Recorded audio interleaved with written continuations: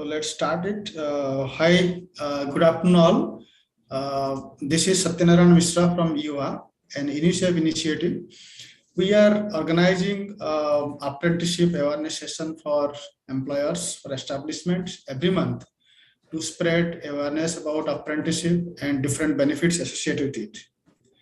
Today, I invite Mr. Sumit Kumar, who is the business head of one of the fastest growing and largest TPA, team leads. So he will be taking all of us through different schemes about apprenticeships, various benefits, apprenticeship embedded degree programs, and different rules and regulations which are very helpful for different employers, different establishments to understand.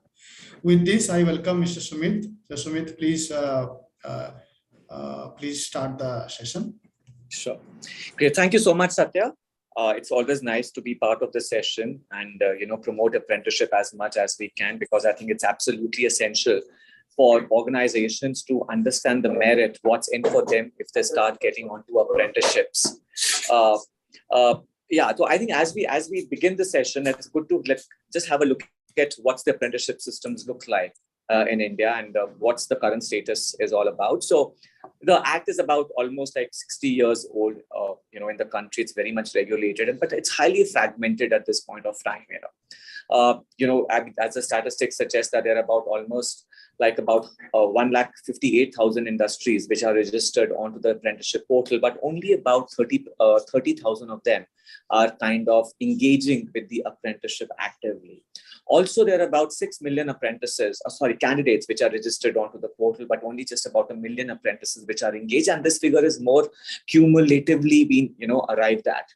But look at the situation here when we say that out of that 158,000, only 30,000 of them are actively engaging apprenticeships, says volume about the statistics, that while there is an intent for the organizations to do it, which maybe could be compelling reason as compelling as because it's mandatory for every organization which has more than 49 employees that they should get into the apprenticeship. But however, only 30,000 are able to do that, which is just about 20% or a little less than 20% of the organization are actively engaging it. Some of the reasons that we've kind of gauged from the market is that they do not understand. First of all, they are not aware of the apprenticeship system. Even if they are aware, they are not kind of understand the apprenticeship system, and that's a very grave situation to be in, and something that needs to be tackled. That how do we ensure that more and more organizations gets to know about apprenticeship, what's the merit about apprenticeships, why they should do it, and not just take it solely because it's mandatory, it's a law that you have to do it, but what's the business sense does it make for organizations to come forward and take up apprenticeships? And also, likewise, it's also for the youth as well, that why they should come forward and take up apprenticeships, how they can make a career. Interestingly, 40% of the youth in Austria, they enter the labor market through the apprenticeship route. Interestingly, apprenticeships, or let's say skilling, is exposed to students in Germany as early as in the class 6th onwards. But in India, now with the new education policy, we see that yes, skilling would be part of it. And today also when we talk about, again referring to new education policy, how apprenticeships or work-based learning is going to be part of the regular programs as well. So that's good point here to look at. Interesting statistics again, coming in here, that when we say that about 1 million people who have been engaged in apprenticeship cumulatively, and at this point of time, there are about 5 lakh apprentices that are currently engaged actively across various organizations, which is about 30,000 organizations where they're doing apprenticeships.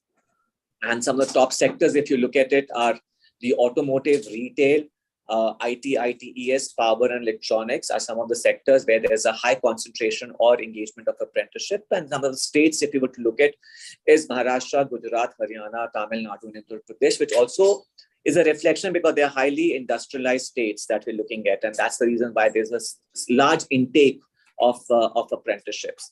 Also, if you look at from the year-on-year growth, last 2 years have been like phenomenally, you can see the engagement that's grown. And this is specifically in the pandemic years, that right from 3 lakh apprentices to straight away jumping it to 5+ lakhs of apprentices.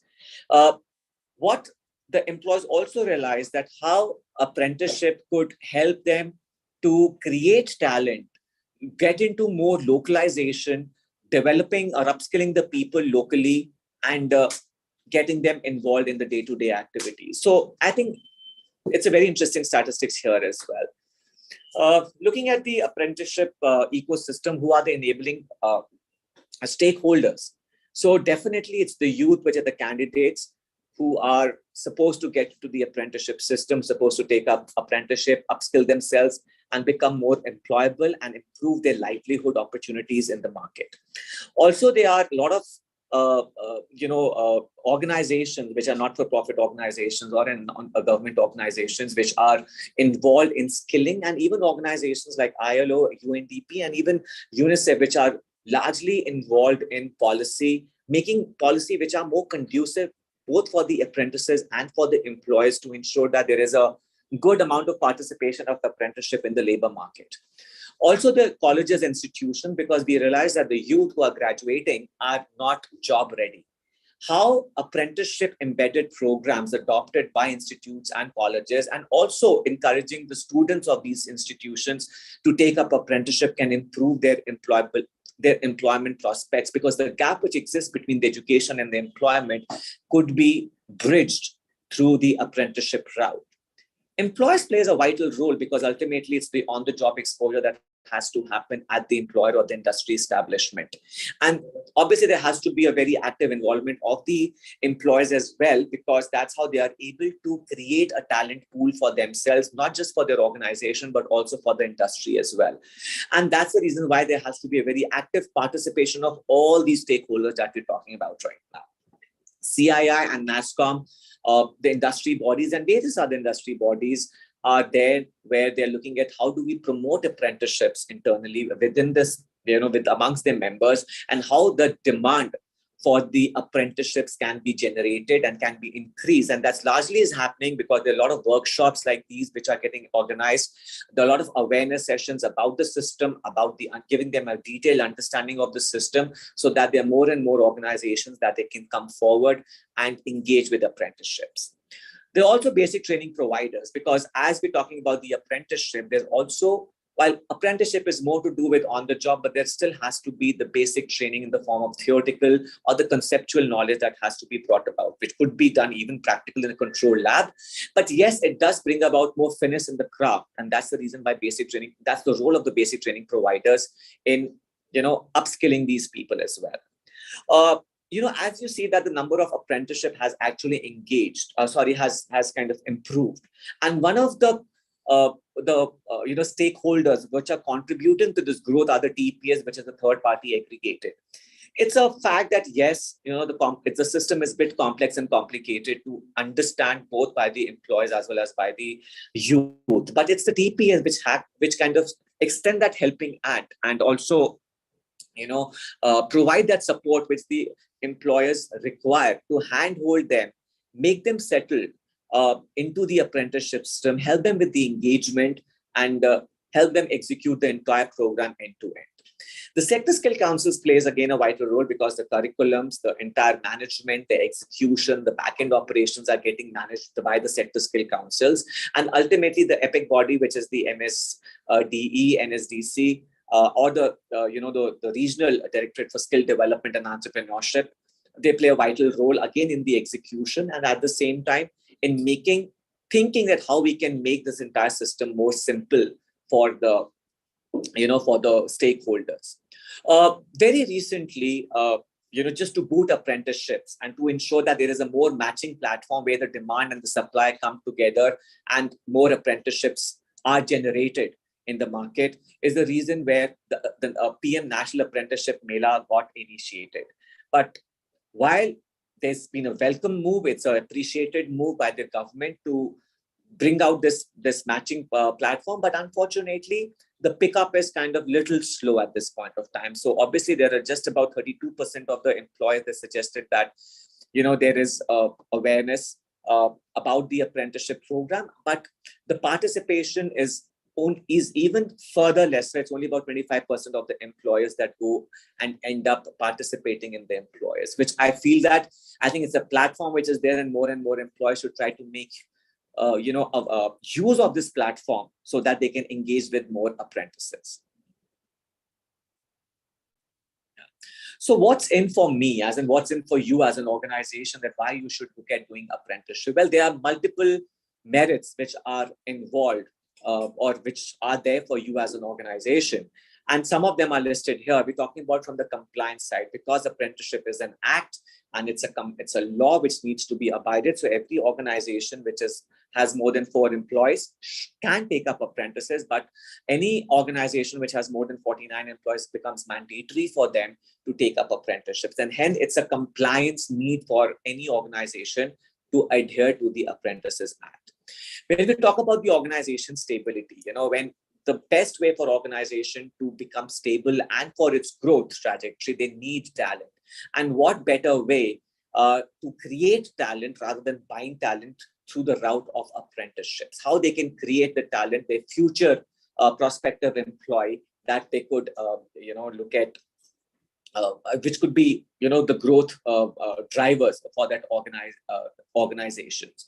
The workforce pipeline is obviously is related to that, because you realize that there is a real-time talent availability. You realize that it's not just about the people, but it's also about the productivity of the people, which is absolutely imperative for the organization, because that will determine the output and the success of the organization. And also you realize that how you can engage with people for a longer time, because if you give an opportunity to a candidate, to a youth, to build those capabilities and enter into career through the apprenticeship route, you can see that longingness or that loyalty factor which kind of builds into it, because you have given them an opportunity to build a career and make a decent career and a livelihood thing. The portal system today, whereas if you talk about maybe 7-8 years back, where we had a very archaic system, the whole aspect of digitalization has tried to make the execution more seamless. So there's a portal now which is there, which is a one-stop shop for whether it's the youth, whether it's the TPF. In fact, it's for the entire stakeholders, that how they can make use of that particular portal, and execute them. And over a period of time, you realize that how this portal, the workflows are becoming more seamless, becoming more simplified. There's also certain incentives which are being offered to the employers as to motivate them to come forward and take up apprenticeships. And there are 2 very popular programs which are there. One is NAPS, which is National Apprenticeship Promotion Scheme, and another one is NATS, which is National Apprenticeship Training Scheme. I know that it can get a little confusing about the difference between NAPS and NATS, in which we will take you through in the coming subsequent slide as well. But NAPS is, both of them are under the Apprentices Act, but NAPS is largely related to the undergraduates program for the skill development. Resides under the NSDC and is under the Ministry of Skill Development. And the subsidy which is available is on the stipend amount, where 25% of the stipend could be subsidized, caps to about 1,500 rupees. The best part today is that now this particular subsidy is available through the direct beneficiary transfer scheme under the Prime Minister's initiative. So the employers just have to pay the 75%, the 25% of the stipends are getting paid by the employee by the government directly. And it has been perceived that there is a lag. There is no more lag anywhere. Within 48 hours, the stipends are getting processed and getting cleared by the government as well. Let's talk about NATS. Under the NATS, it is applicable for the graduate apprenticeship scheme, which is more to do with graduates and the diploma holders, and is under the Ministry of Education. And the custodian here is BOAT, which is Board of Apprenticeship Training, and BOPT, which is Board of Practical Training. So they are the ones who are the custodians of the NATS program, and the subsidy available to you is in tune of almost 50%, which is available, on the stipend amounts.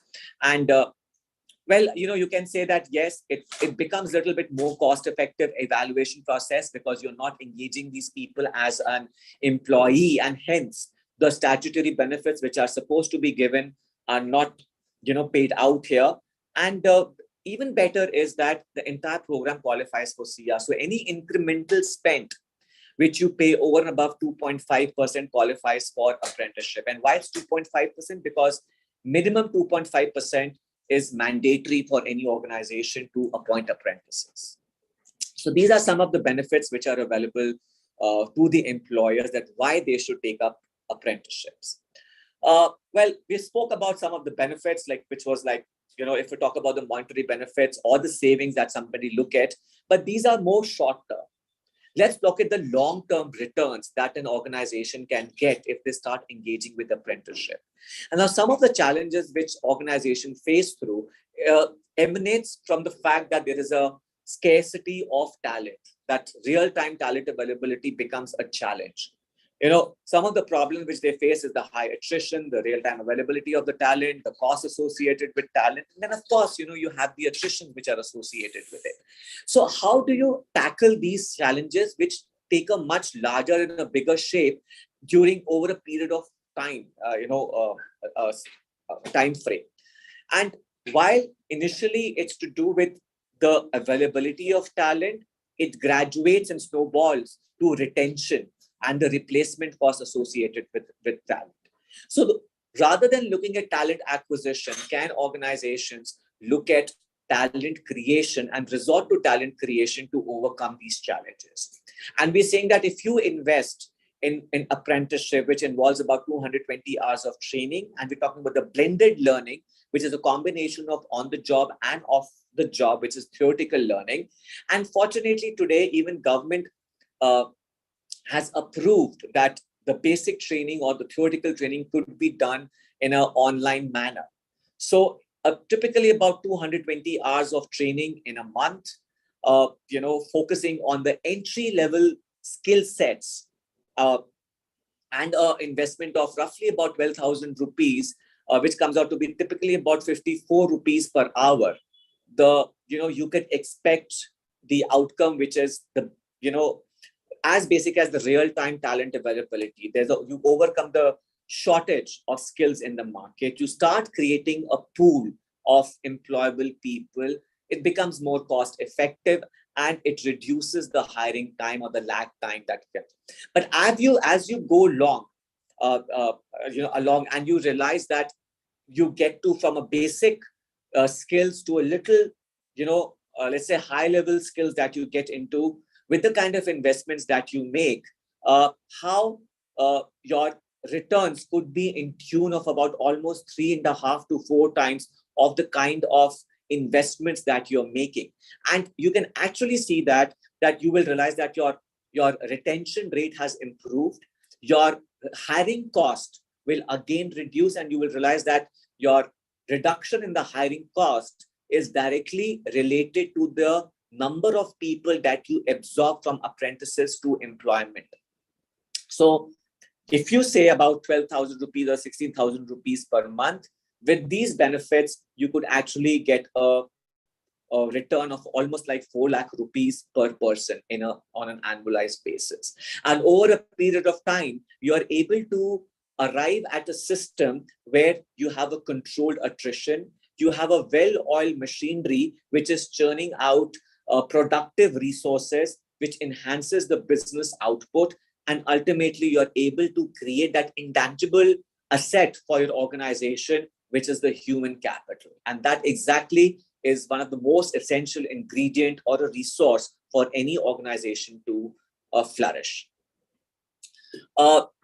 Let's look at this apprenticeship authority. What is the apex body, and how does the entire system or stuff looks like? So obviously you have the apprenticeship, the apex body, which is a CAC. Then we have the central government here, which largely it's been, as I said, there are 2 kinds of apprenticeship, which is a graduate apprenticeship training program and the diploma apprenticeship training program, which comes under Ministry of Education. And that's where the NAT comes into it. And the governing body or the monitoring body for that is BOAT or BOPT. The Ministry of Skill Development and Entrepreneurship takes care largely for the undergraduates apprentices, further gets into the optional trade and the technical trades, or the trade apprentices, what are popularly known as. The trade apprentices are managed by Director General of Training, the DGT, and NSDC manages the optional trade. Optional trade further gets monitored and executed by SSC, which is the Sector Skill Councils, and the trade apprentices or apprenticeship gets monitored by the Regional Directorate of Skill Development. Even the skill, there are skill initiatives or skilling bodies by each state, which are then looking at the skilling initiative for their respective states, to enhance. In fact, there are many state governments today which says that, they're giving them additional incentives over and above what is available by the central government to promote more and more employees to come forward and, start doing apprenticeships.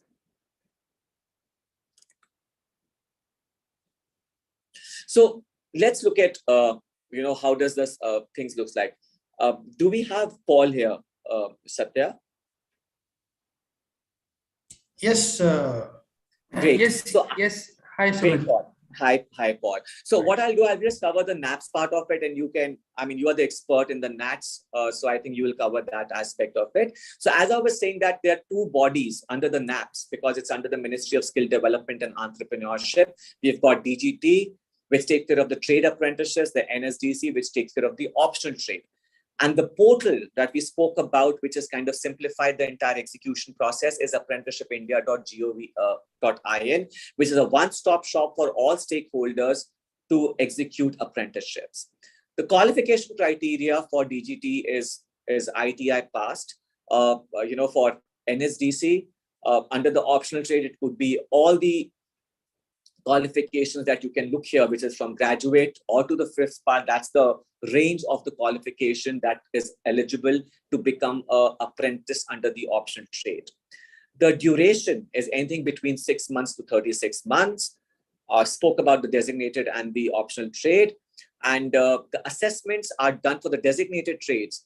The assessments are done by NCVT, which is National Council for Vocational Training. And for the optional trade apprentices, the assessment is done by the SSC, and they are responsible even for giving the certificate as well. For trade apprentices, it's the NAC NSC, which does the certification for the trade apprentices.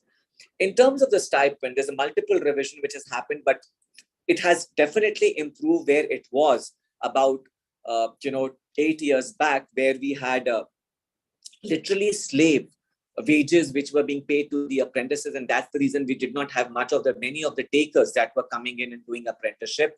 So right from 5,000 rupees, which is given to a class 9th or less than 10th class pass, you get 5,000, which goes up to about 9,000 if you are a graduate. So that's the range which has been available to the apprentices, to the extent to what an apprentice can earn these stipends. And by the way, these are just the minimum. As an employer, you can decide that what stipend that you may want to pay, but it cannot be less than what has been given in the rules here, that these are the kind of stipends that you have to pay. And that's how you'll be able to attract more people to come forward and take up apprenticeship and help them channelize these people towards formal employment over a period of time. Since, if the apprenticeship is moving more than 1 year, then obviously you're supposed to give them some hike, which could be about 10% in the second year, and the third year it would be about 15%. Incentives we spoke about, that you could get incentivized in tune of about 1,500, capped at 1,500, about 25% of the stipends get reimbursed under the NAPS program. And even the basic training, which is mandatory to be given, the cost gets reimbursed for about 7,500 rupees per apprentice. Over to you, Paul, for the NATS thing. Thank you very much, Mr. Sumit. As Mr. Sumit has already explained 90% of everything, I will just give a brief on the NATS. So I represent Board of Apprenticeship Training Southern Region. As Sumit rightly said, Board of Apprenticeship Trainings and Board of Practical Training Kolkata, we under the Ministry of Education, Government of India, we implement the NATS, National Apprenticeship Training Scheme.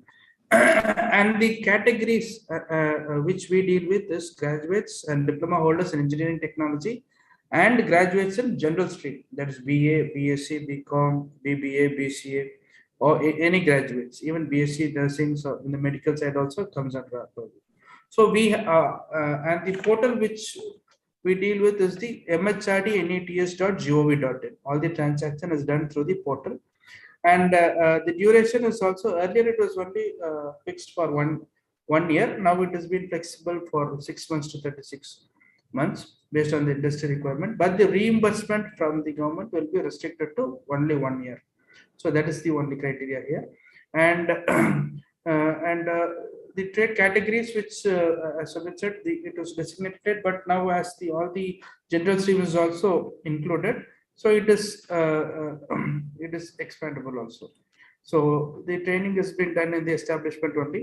The assessment is done, a quarterly performance assessment is done by the establishment in the portal. We have a ad performance, a record of progress available in the portal, which has to be done on a quarterly basis, quarter 1, quarter 2, quarter 3, quarter 4. And once all the performance has been updated in the portal, certificate of proficiency, a Government of India certificate will be generated in the portal. A digitally signed certificate of proficiency will be generated in the portal itself, and it will be available in the login of the candidate. Each individual candidate will have his own login, and in his login, he will be receiving his certificate of proficiency. So this is the Government of India certificate. As mentioned here, only experience certificate by establishment. Other than that, a Government of India certificate will also be issued to the individual candidates. So as rightly said by Mr. Sumit, the stipend for a graduate is, minimum stipend for a graduate is 9,000, and the minimum stipend for diploma is 8,000. Above that, the industry is they can feel free to pay any amount higher than the minimum stipend. But the reimbursement will be restricted to 50% of the statutory stipend. So for a graduate, per candidate, the organization is eligible to receive 4,500 per graduate per month for a duration of 12 months. Similarly, for diploma, it is 4,000 per candidate per month for a duration of 12 months. So there is no basic training, unlike NAPS. So these are the brief for NATS which I want to mention. Paul. So thank you, Sumit, and thank you, Satya. Thanks, Paul. So coming to the next, how the apprenticeship journey has been. It's been about what now, 60 years, as I was saying, that the system has been, and how the apprenticeship system has amended over a period of time to make it more conducive, make it more simplified, and that exactly what is the is the effort which the government is making to make it more flexible, as much as what the employers can take over and take charge in executing the apprenticeship. But one of the major amendments that happened was in 2014, where the Act got amended. One of the most, I would say, revolutionary aspect was that the inclusion of optional trade, which gives a lot of flexibility to the organization, specifically in the services sector. Some of the job roles which were not kind of registered under the designated trades, now employers can come forward and do apprenticeship in any role, any job role that they want to do it. And the other aspect was the stipends, which got revised. At 14, the amended rules, which came on 2015, was more to do with the semi-skilled wages, which then in 2019 was changed or were equated with the education qualification, which we just kind of spoke about in the past. Also, in terms of the custodian, where historically Apprenticeship Act has always been under the Ministry of Labor, it's in 2015 where a dedicated ministry came up with for the skill, which is Ministry of Skill Development and Entrepreneurship, and apprenticeship came under them. Of course, it's the the Ministry of Education continue to engage for the graduate apprenticeship training program. And in 2016, interestingly, it's the NAPS which came about to promote apprenticeship as much as it could. Another thing which got introduced was the TPA guidelines that came in. Again, as was part of the 2014 amendment and the 2015 rules, where we said that how a third party could handhold the employer, extend that support, and help the employers to execute apprenticeship end to end. And I think that's something which is really has worked well under the optional trade under the NAPS program.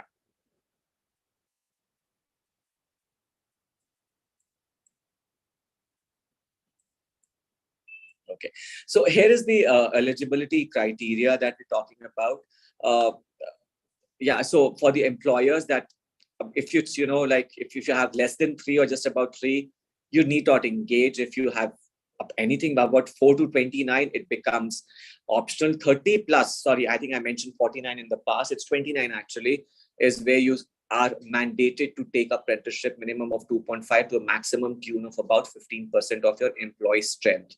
And the candidate eligibility is that well, it has to be 18 plus for the hazardous industries, but even somebody who could be just 5th class pass and age of 14 years can become an apprentice in some of the non-hazardous job roles.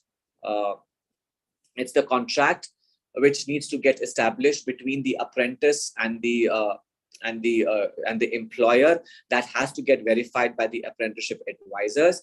We need to look at it's the regulations we need to follow, which are related to the claims, to the stipends, whether it's to do with even termination, it to do with the timings. Everything is something which has been specified in the regulation, which the organization needs to adhere to. Stipends we've already spoken about.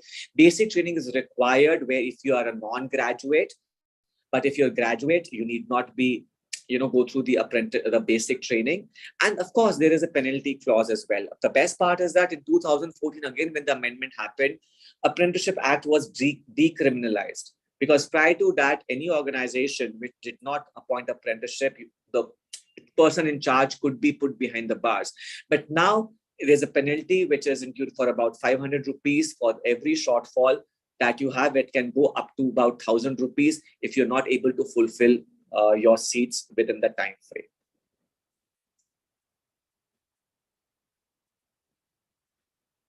So the workflow begins with identifying the need of the employer. What are the kind of skill set that employer needs today and as well as tomorrow? So apprenticeship also helps employers to create talent for their future requirement as well, and for the future skills that would come into picture.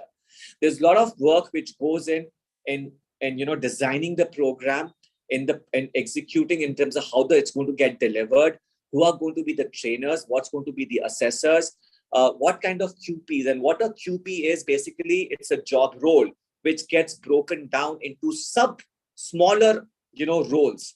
And that's called QP, which is a qualification pack. So all this is done by the sector skill councils, by the various bodies there. That is also offline work which gets done. Post which, once we have identified the need, when we identified the curriculum, the training pattern and the delivery system, the process begins for mobilizing the candidates, which is the identification of the candidates. You mobilize them, you screen them, you counsel them, guide them to the right opportunities which are available in the in the labor market. And this all is done through digitally, through a portal where the candidate needs to come and register onto the portal to apply, to look for apprenticeship opportunities and apply for an opportunity. And likewise, an employer needs to register on the apprenticeship portal to find the apprentices and also execute the progress of the apprentices on a month-to-month basis. Once that's done, there's an agreement which gets digitally created through the portal, and the apprenticeship training begins on the job at the employer premise. But there's also basic training that needs to be given to the trainee, which can be done offline and online both. And that is mandatory if you are a non-graduate. Once that is, and you have to follow on the job as per the rules and regulations which has been laid out under the Apprentices Act.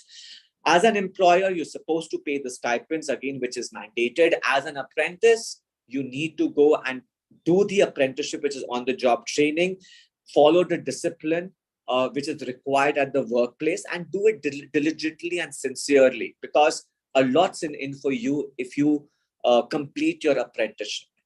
Once that is done, there is a practical assessment which is done by the employer, and there is an assessment which is done by the Sector Skill Council to gauge the efficiency levels, and accordingly, a certificate is awarded to that particular apprentice.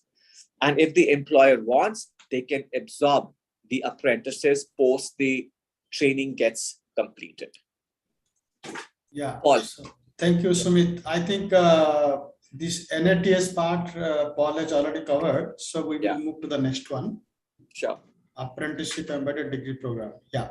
Great. Thank you. I think that's something which is very interesting thing that came about, under the new education policy that's called Apprenticeship Embedded Degree Program. And the reason for such a program was required that how do you ensure vertical and horizontal mobility of an apprentice? Because what's in for an apprentice? Because he just gets a certificate. But can we link an apprenticeship to a higher education, which also leads to a qualification?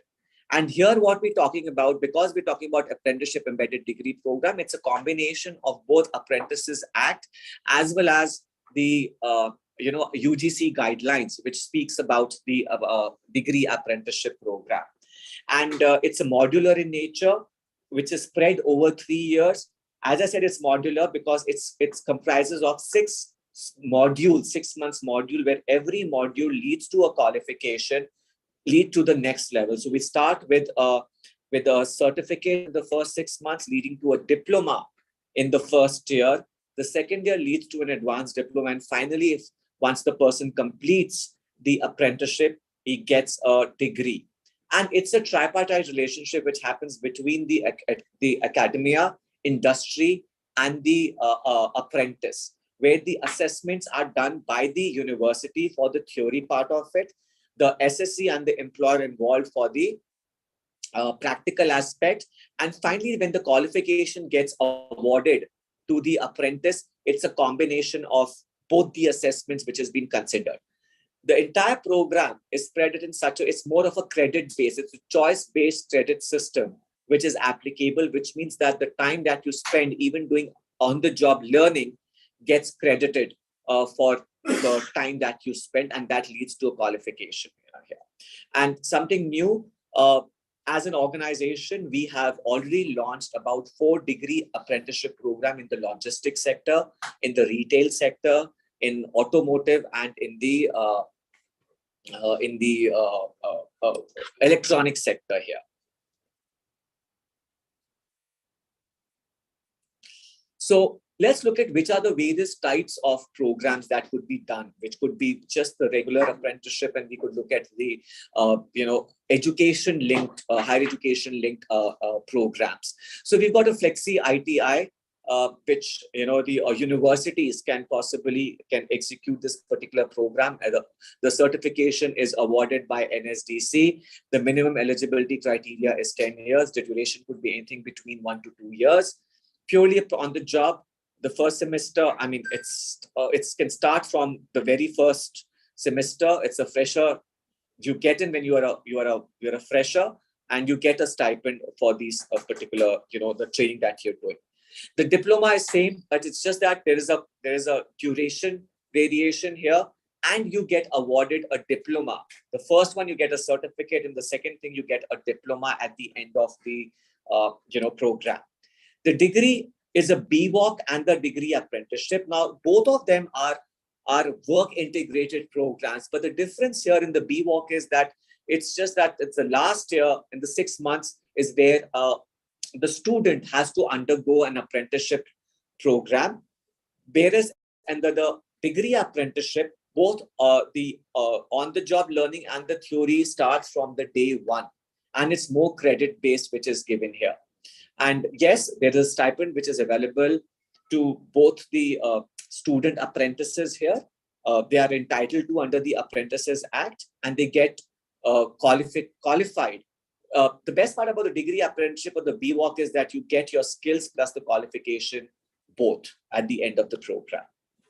I think we've spoken about what the benefits which are available to the establishment. It's very clear that how the organizations are able to create a pipeline or a pool of employable candidates which are a future prospect for employment for that organization. How do you ensure that there is you enhance the productivity of the people by walking them through the structured training program? again, a very interesting statistic which I would like to narrate here, that China has about 84% of its workforce which goes through structured training program. UK has about 75%, US about 69%, Australia also has in tune about some 70% of its workforce which goes through a structured form of training. In India, it's only 8% of the workforce. And that eventually impact the productivity. I think apprenticeship is a very structured way to hone the skills, develop the talent, bring out the finesse, which has a direct impact on the productivity and the output of the business. Yes, it becomes a little, cost effective, but I would say that rather than looking at just a cost effective solution, if you could look at a long-term returns that you could get by, engaging with apprentices, because you're able to develop a machinery which helps you to create talent, which is far more cost effective as compared to acquire talent or buy talent from the market, will have a huge cost implication in the for the business as well. Yeah. So as I was saying earlier, that when you talk about the degree apprenticeship, it's done in a tripartite manner where there is an apprentice, there's an academia, there is university, and each one of them play a vital role. The university will help. The partnership between the industry and the university, along with the SSC, will help you to create or develop the curriculums, which gets executed by the SSC in partnership with PPA. And it's the apprentice who's supposed to do both the theory as well as the on-the-job learning. So what's the partnership between the industry and the apprentices is to go through the on-the-job learning process, and the partnership between the apprentice and the university is to go through the theoretical knowledge to gain that and do the assessments to get the final curriculum. And as a TPA, the role could be how to generate the demand from the university, how to partner with partner with the industry to generate the demand, how to get more academic alliances, and how to help more and more youth towards these programs. As I said, that we already started doing it with some of the programs. We've kind of tied up with Starbucks and the Chroma as a retail for the BBA retail program for the degree apprenticeship program. And well, there's also what we are doing it for the in the automotive sector. There are some of the large automotive companies. The two large Indian players is what we have already tied up with, and they are doing this. It's basically preparing a talent supply chain through the degree apprenticeship program, right? Tackling it at the ground level. So the program that we're talking about, BSc Mechatronics, is you start at the basic level and it goes up to the NSQF level 7. And these are some of the, the curriculum, some of the modules that gets covered. But the idea here, as I said, that you're talking about the vertical and the horizontal movement, is that vertically, because you get a qualification, and horizontally, because you get exposed to various modules for the holistic development not just from the knowledge, but also from the capability building as well.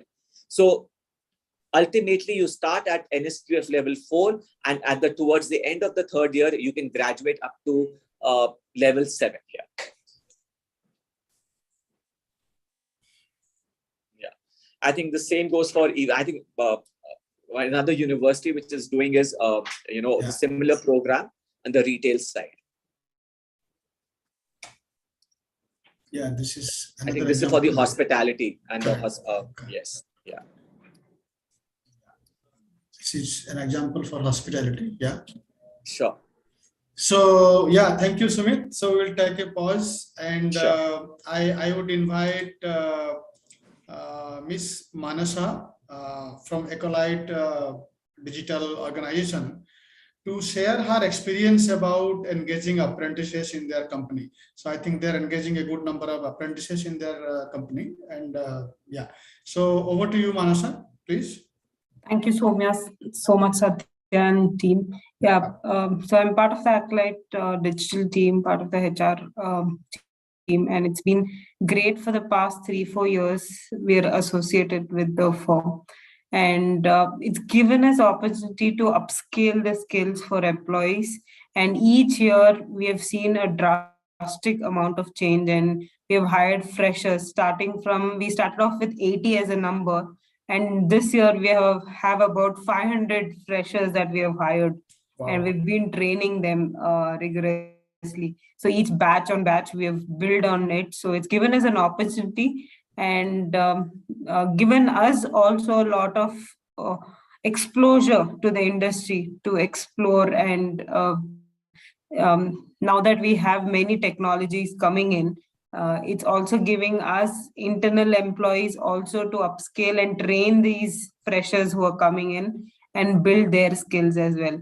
So this platform is giving us a lot of opportunities to scale up skills and also bring in a lot of talent. And yeah, I thank the whole team who are supporting us, and special call out to the whole team who are from the back end, who's helping us throughout the whole year, from the start of enrollment till the claims of the receipts that we have in everything. Great. Thanks to Great. the team. Yeah. Great, Manasa. Thank you for sharing your experience. So, with your permission, if I can ask you, maybe, so what kind of candidates you are hiring? I mean, these are all graduates or diploma holders or ITIs? Most of them are graduates, and yeah. Okay.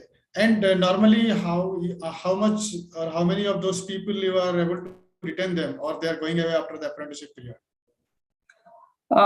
Yeah, we 90 to 95% we are able to retain them. Oh, that's a great number. Yeah. 90 to 95% we are able to retain them.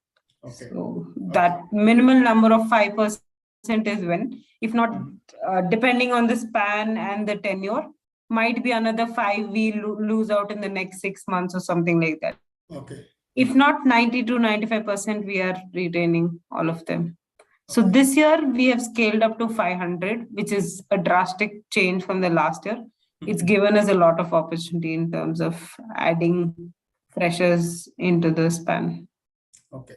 Thank you. So Manasa, another question from my side, maybe there are some other employers who might be also asking. So what kind of advantage you are getting? I understand that there, you are able to scale up and all. So do you think that these apprentices are also contributing for your some part of revenue generation or any other things that you are able to get benefit from this? Yes, they are contributing because we are getting them tagged to the projects as well, the live projects that we have. So yeah. Okay. After the apprenticeship and everything, once we train, we put them into a rigorous pilot run also. We make them do pilot projects as well. Once we put them onto the projects and we rate their performance and everything, post which is when we put them onto the live projects that we have with our clients. Okay. Okay, Manasa. Thank you very much. Thank you. Yeah. Thank you, Manasa. Thank you for accepting our invitation and participating. Thanks, Paul. Yeah, so I think there are a lot many companies are doing these apprenticeship programs. They're engaging apprentices, and in each of our sessions, every month we are inviting, some of the employers, some of the establishment to come and talk about their experiences, so that their fellow companies can look at them, they can hear to them, and then they can get motivated to start implementing, engaging these apprentices. So that's the objective of this. Thank you, Manasa, for joining us today. And so in my screen, if you see, if any of the participants would like to know more about apprenticeship programs or apprenticeship embedded degree programs, you can connect these people. So the purpose of putting these email IDs here is they are part of this the core team. They are supporting this whole exercise of creating awareness, promoting apprenticeship across the country, right? And we have more than 70 third-party aggregators in the whole country. So their lists are also. And in the next slide, you can connect with anybody, but because the email IDs which are mentioned here, they are part of the partners who are driving or supporting these, who are coming and talking about these programs. So that's the reason these are mentioned here. So the second slide talks about different contact points in case you have some difficulties in the processes or in the you have some technical issues, you can reach out. There are some names mentioned here like Pranil, Arpit here, and even you can connect to these partners. We have from Quest, from Teamlease, Grantarang, and all this. And as Sumit explained that Sector Skill Council is one of the key stakeholder in this whole ecosystem, because they are the ones who work along with the TPA and the industry and the students, to define some kind of even the syllabuses, to approve some of the courses and all. So even their list also mentioned here. The whole we have around 36 sector skill council, right from automotive to agriculture to healthcare. Around 36 sector skill councils are there. So you can connect with any of them. Okay. Now I will open up for the Q&A. So some of the questions that has already come up. Okay. So I think the first question is for Paul. There are some difficulties in the approval of NATS. Anything that you will be able to communicate here, Paul? They are staying in the Western region. So I've shared the website. I don't have any particular officer's mobile number here. So the Western region website I've shared, maybe there they can get the contact. Or if they want our support, if they have any units in the southern states, we'll be able to be the point of contact and support if they have a pan-India presence. With the single registration from the southern states, we can do pan-India registrations also. Okay. Okay. So there was another question which came offline, that some of the employers wanted to get some more clarity on the CSR part. Like we had one slide where we talked about, that above 2.5% of apprentices, the expense that is being incurred will be considered in CSR. So the question was that because the government has defined the minimum stipend as 9,000 for graduates. So if a company is paying, let's say 15,000 as stipend, so and they are engaging, let's say 5% of their headcount as apprentices. So the expense they are doing for the additional 2.5% at the rate of 15,000 rupees per month per apprentice, is it eligible for CSR thing?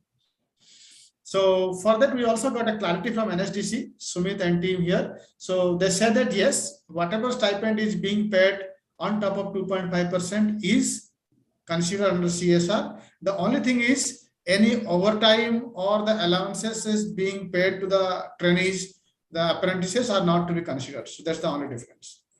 So I have a query here. Yeah. So if they use their CSR funds for the apprenticeship above 2.5%, they cannot claim, right? The industry cannot claim, should not claim. That is the thing, right? Or they can do the reimbursement claim also. I think Sumit can answer that question. For sure. Of course. No, you can do both the benefits. There's not a problem at all. And it's definitely, as you mentioned, I think you word the you should. So it's completely up to the employer or the organization how to go about. But yes, both the things qualify. Like you can even claim the NAPS benefit, and you can also show it under the CSR initiative as well. Oh, okay, great. Okay, thank you so much. Thanks. Yeah. So Devanjana, are you seeing any other questions in YouTube?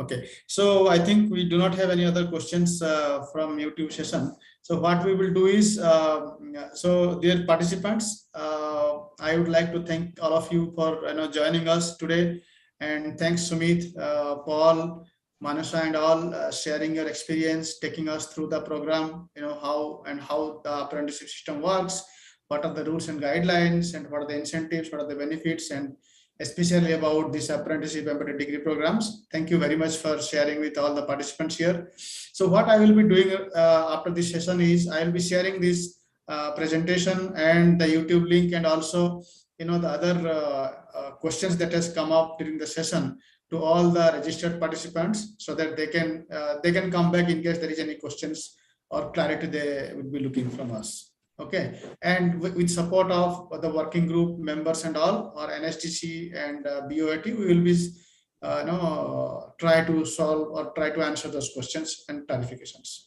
Thank you very much for participating today. Thank you very much.